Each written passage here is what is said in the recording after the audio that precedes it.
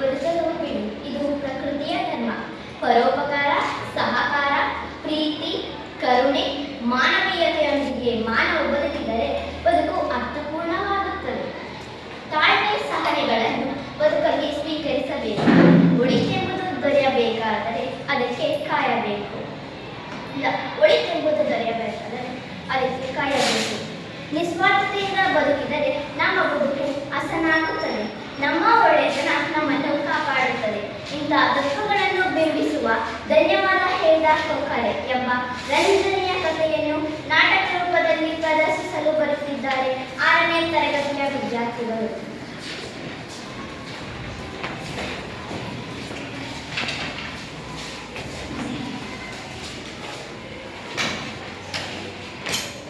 ಒಂದೂರಿನಲ್ಲಿ ಬಡ ರೈತ ದಂಪತಿಗಳು ವಾಸಿಸುತ್ತಿದ್ದರು. ಅವರಿಗೆ ಹರಿ ಎಂಬ ಸದ್ಗುಣಗಳಿದ್ದರು.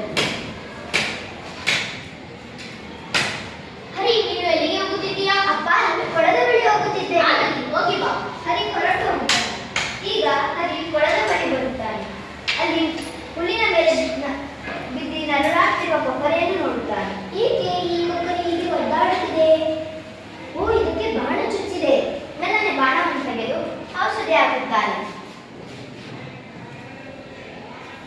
ಕೊಕ್ಕರೆ 3 ಬಾರಿ ತಲೆ ಬಾಗುತ್ತದೆ. ಕೊಕ್ಕರೆಯ ನೋವು ಕಡಿಮೆ ಆಯಿತು. ಹರಿ ಮನೆಗೆ ಹಿಂದಿರುಗಿದರು. ಸಂಜೆ ಸಮಯ.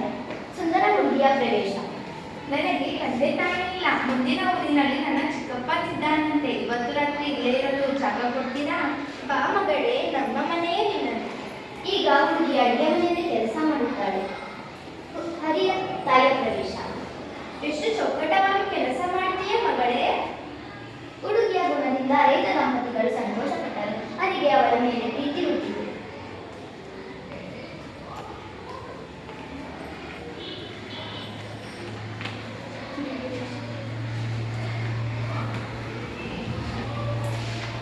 ರಾಮಕಾಲ. ಎಲ್ಲರೂ ದುಃಖದಲ್ಲಿದ್ದಾರೆ.